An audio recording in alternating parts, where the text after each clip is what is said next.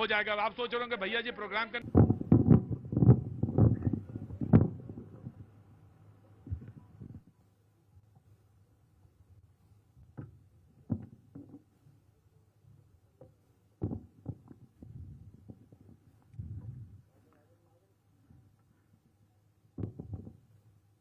आप सभी का स्वागत है।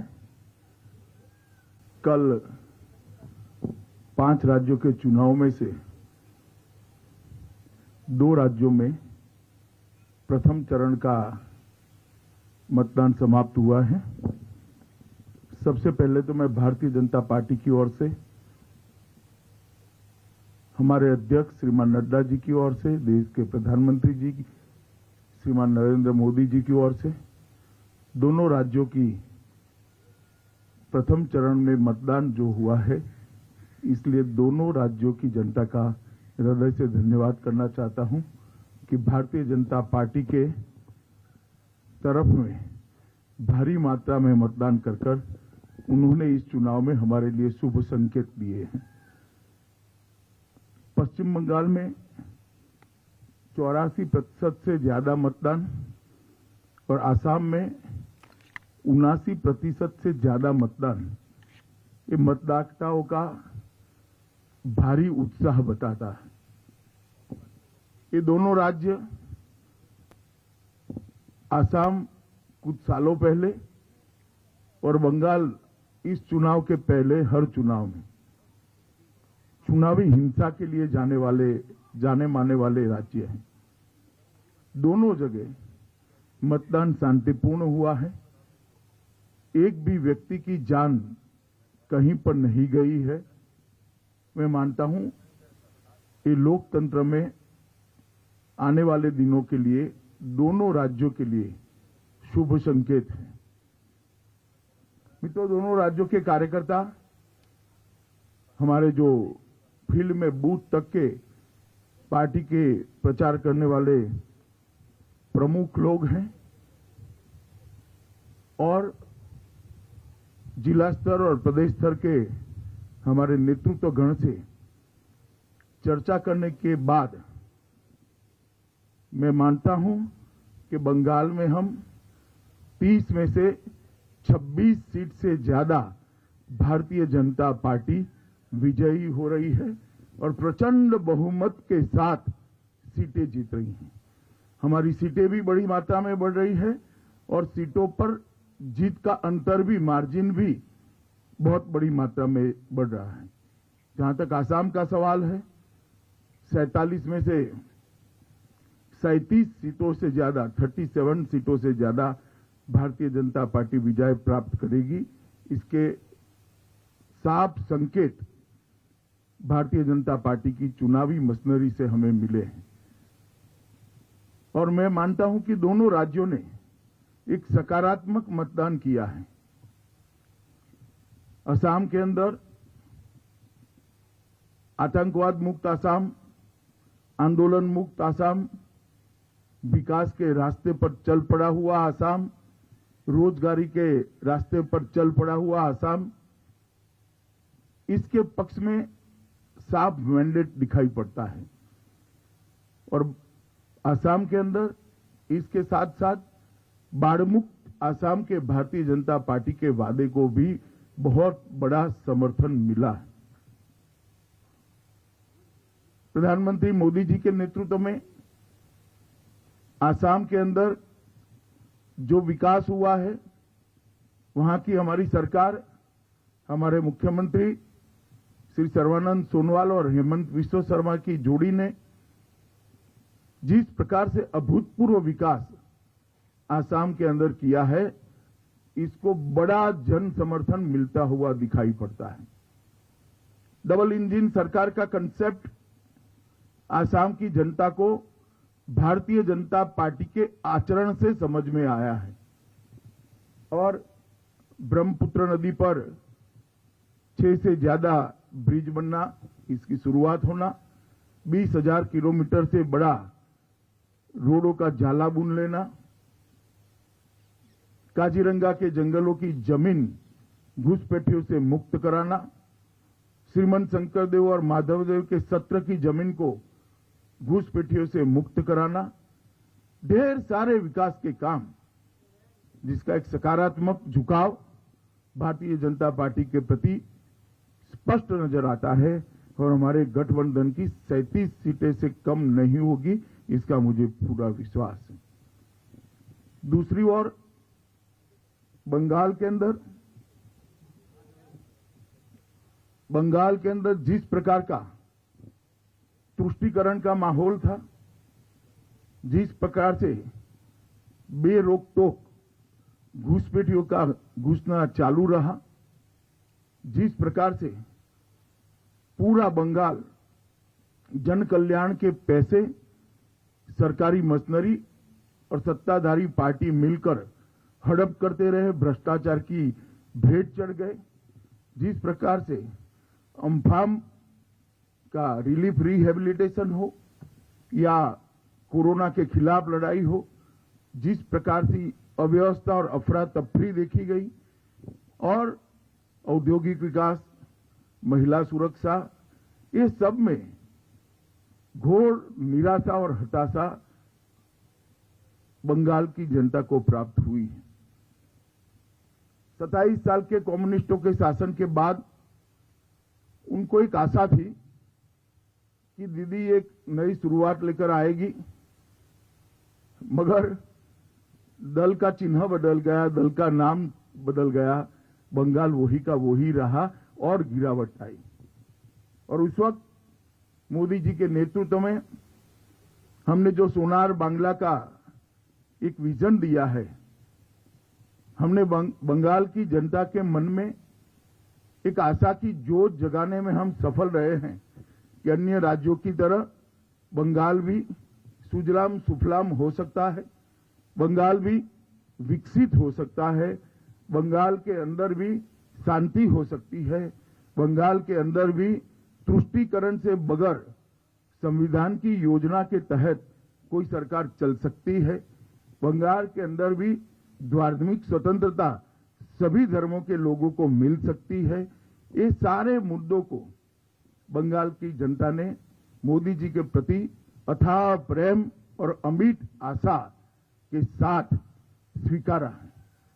जो कार्यकर्ता चुनाव के फील्ड में थे, सुबह सुबह थोड़ी दहशत थी कि हर बार की तरह गुंडे चुनाव को प्रभावित करेंगे, प्रदूषित करेंगे, परंतु मैं चुनाव आयोग को बधाई देना चाहता हूं कि बंगाल के अंदर शांतिपूर्ण चुनाव कराने में चुनाव आयोग को सफलता मिली है। आप सभी लोग भी जानते हैं, विगत कई सालों से बंगाल के अंदर चुनाव में हिंसा आम हो गई थी।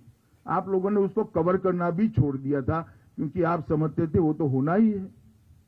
ये पहला चुनाव सालों के बाद हो रहा है जहां एक भी व्यक्ति के मरे बगैर, एक भी बम फटे बगैर, एक भी गोली चले बगैर, एक भी बूथ में रीपोलिंग हुए बगैर बंगाल का चुनाव हो रहा है। मैं मानता हूं ये बहुत शुभ संकेत है। बंगाल की महिलाओं का भी मैं विशेष आभार प्रकट करना चाहता हूं, क्योंकि महिलाओं ने बढ़ चढ़कर भारतीय जनता पार्टी के पक्ष में मतदान किया है। और मैं मानता हूं कि प्रथम चरण में 26 सीटों से जो शुरुआत हुई है, हमारे लक्ष्य 200 पार को सिद्ध करने में हमें बड़ी सरलता रहेगी। इसी तरह से चुनाव आगे बढ़ता रहा, भारतीय जनता पार्टी 200 से ज्यादा सीटों के साथ बंगाल में सरकार बनाएगी, इसका मुझे विश्वास है। भाजपा के सभी कार्यकर्ताओं का विश्वास है। आसाम में भी अभी जो सीटें हैं, इससे ज्यादा सीटों के साथ हम पूर्ण बहुमत की भारतीय जनता पार्टी की सरकार बनाएंगे। आप लोगों का बहुत बहुत धन्यवाद। अब पूछ सकते हैं हम।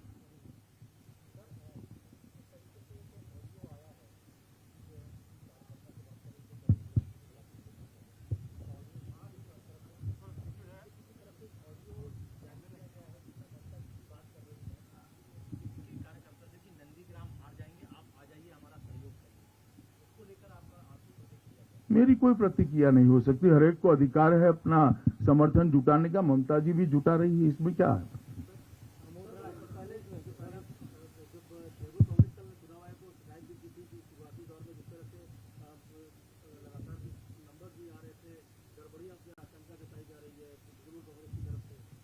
नहीं, मगर क्या गड़बड़ी? तृणमूल कांग्रेस के एक भी पोलिंग एजेंट ने कोई फरियाद नहीं करी है।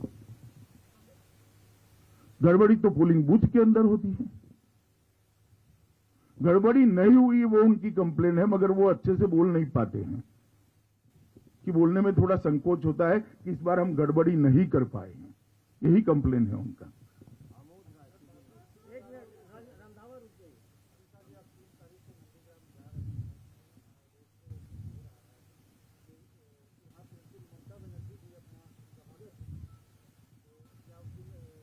नथिंग स्पेशल, नंदीग्राम हमारे लिए एक सीट है। मैं नंदीग्राम के मतदाताओं को इतना ही कहना चाहता हूं कि बंगाल के अंदर परिवर्तन अगर करना है तो बंगाल की 200 सीटों ने परिवर्तन करना पड़ेगा। नंदीग्राम अकेला ही कर दे तो बंगाल के अंदर अपने आप परिवर्तन हो जाएगा। तो मेरी बंगाल के नंदीग्राम कॉन्स्टिट्यूएंसी के मतदाताओं को अपील है कि परिवर्तन तो आपके ही हाथ में है, आप अकेले ही कर दीजिए, परिवर्तन हो जाएगा। विकास भदौरिया जी अमित भाई, अभी तो पहले चरण का मतदान हुआ है। ऐसे कौन से संकेत हैं जिनके आधार पर आप ये एनालिसिस कर सकते हैं कि ये जो 84% मतदान आपके पक्ष में हुआ है, और दूसरा यही मोमेंटम आगे भी 7 चरणों में बरकरार रहेगा? देखिए विकास जी, ये मैं तो चुनाव के पहले से कर रहा हूं कि 200 सीटें आएगी। आप लोग कई बार मेरी बात मानते नहीं है, मगर मैं बताता हूं 200 से ज्यादा सीटें आएगी, क्योंकि जब हम प्रचार में जाते हैं, जब संगठन के काम करने के लिए जाते हैं, बंगाल की जनता के जो उद्गार होते हैं, बंगाल की जनता की जो भावनाएं होती है, इनकी संवेदनाएं होती है, वो हमें स्पर्श करती हैं। और इससे मालूम पड़ता है कि बंगाल की जनता त्रस्त है। सभी वादे मां माटी मानुष के खोखले साबित हुए हैं और बंगाल के अंदर संपूर्ण परिवर्तन होने जा रहा है। Megha Prasad, Times Now. Sir, Amit sir, आप कल अहमदाबाद में थे। कुछ ऐसी रिपोर्ट्स आ रही हैं कि शरद पवार जी और प्रफुल्ल पटेल जी दोनों चलिए, सब चीजें सार्वजनिक नहीं होती है। नवजोत रंधावा, रविंद्र सिंह, जी न्यूज। आरोप भी लगाते रही है कि टीएमसी बीजेपी कार्यकर्ताओं की हत्या करते रहे, हिंसा काफी हुई, और आप कई कार्यकर्ताओं से मुलाकात भी की उनके परिवार से। अब बीजेपी के ही जो शामिल हो गए हैं उनसे ममता बनर्जी खुद फोन कर रही हैं कि हमें समर्थन करो। एक तरफ हिंसा और दूसरी तरफ इस तरह की अपील। आपको लग रहा है कि जमीन खिसकने का डर है या फिर वो अपने लोगों को वापस लेना चाहती है? जमीन खिसकने के लिए टेलीफोन कॉल का परिचायक होना जरूरी नहीं है। जमीन खिसक चुकी है, जमीन जनता ने खिसकाई है। और फिर से एक बार मैं कहता हूं, 200 से ज्यादा सीटों के साथ भारतीय जनता पार्टी की वहां सरकार बनने जा रही है। विनीत, टीवी 18। सर, जिस तरह से पीएम बंगाल गए थे, ममता बनर्जी का कहना है कि वहां जाकर के वो प्रचार कर रहे हैं। जब बांग्लादेश के एक एक्टर ममता बनर्जी के पक्ष में प्रचार कर रहे थे तो बीजेपी ने सवाल खड़े किए थे। अब पीएम के दौरे पर ममता बनर्जी सवाल खड़े भाई, वो तो खड़े करे, आप काहे को कर रहे हैं? कल पीएम ने कोई बात करी है वहां पर प्रचार की? कोई बात नहीं करी। प्रधानमंत्री का दौरा है 2 देशों के संबंध मजबूत करने के लिए, 2 देशों के सांस्कृतिक संबंधों को रिवाइव करने के लिए। वहां पर उन्होंने ना चुनाव की बात करी है, ना ममता दीदी को कुछ कहा है, ना भाजपा के लिए कुछ कहा है। नंदिता, प्रतिदिन।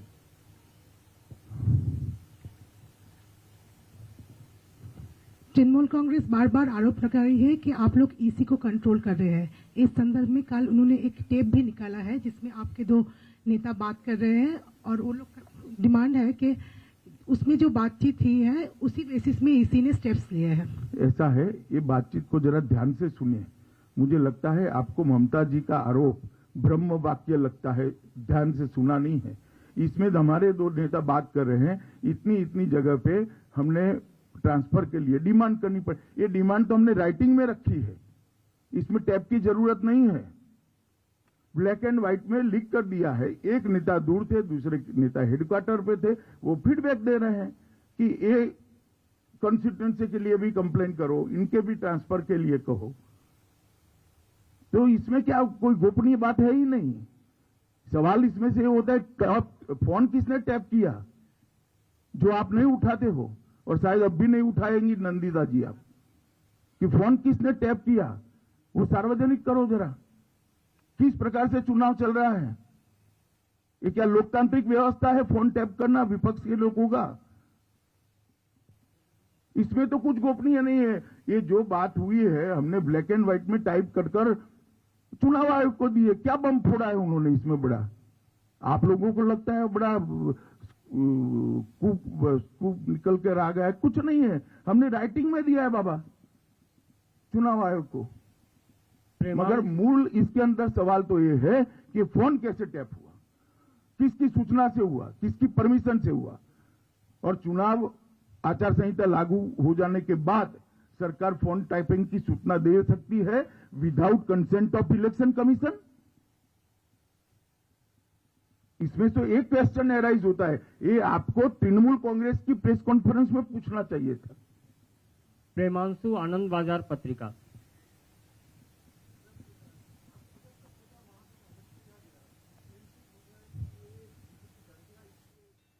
वहां चुनाव समाप्त हो चुका है, आपको इंफॉर्मेशन नहीं है।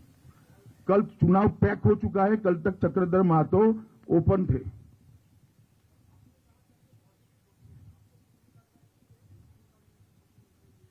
देखिए एंटी इनकम्बेंसी तब ही एनकेस होती है कि किसी और से आशाबंदी हो, और मैं मानता हूं भाजपा से आशाबंदी है, इसलिए मैं उसको सकारात्मक मतदान भारतीय जनता पार्टी के पक्ष में मानता हूं। प्रधानमंत्री जी पर विश्वास है, भारतीय जनता पार्टी की सभी सरकारों के आचरण पर विश्वास है बंगाल की जनता। जी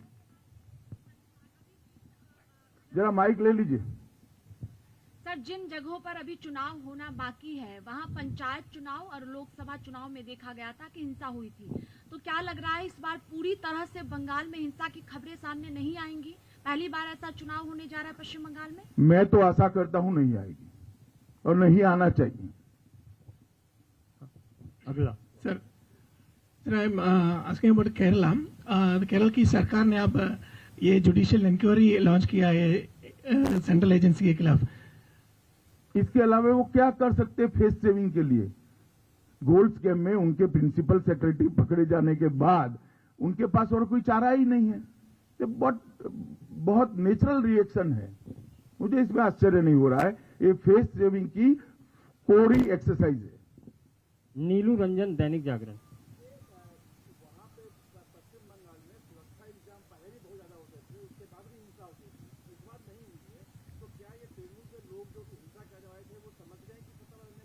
नहीं, जनता की जागृति इतनी है कि जनता से हिंसा करने वाले डरते हैं। शीला भट्ट। बोलिए। Sheila Bhatt from Dainik Bhaskar online. अमित भाई, एक दिल्ली मीडिया में ऐसा माहौल है जो समझने वाले और जो ग्राउंड विजिट करके आए हैं कि इस वेस्ट बंगाल इलेक्शन बहुत रोचक है, लेकिन इस वक्त उसके एनालिसिस में माना जाता है कि भारतीय जनता पार्टी का मोमेंटम है, लेकिन ममता बनर्जी भी अपना दम दिखा रही है और टीएमसी की एज है। इस दिल्ली का मीडिया हमेशा से परिवर्तन भांपने में असफल रहता है। आपको यूपी के 2 लड़के भी जीतते हुए दिखाई पड़ते थे, आपको उत्तराखंड में भी परिवर्तन नहीं दिखाई पड़ता था, आपको आसाम, मणिपुर और त्रिपुरा में भी परिवर्तन नहीं। मुझे लगता है और जमीन पर दिल्ली के मीडिया को जाने की जरूरत है। आप भी जाइए जरा। अंतिम सवाल है पीछे।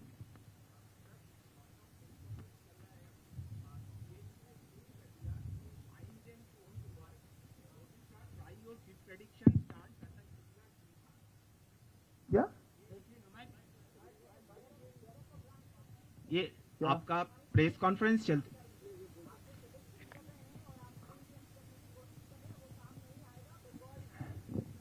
नहीं, ठीक है, वो उनका अनुमान हो सकता है, मगर जो मेरा अनुमान गलत है तो उनको जवाब देने की शायद जरूरत नहीं थी। धन्यवाद।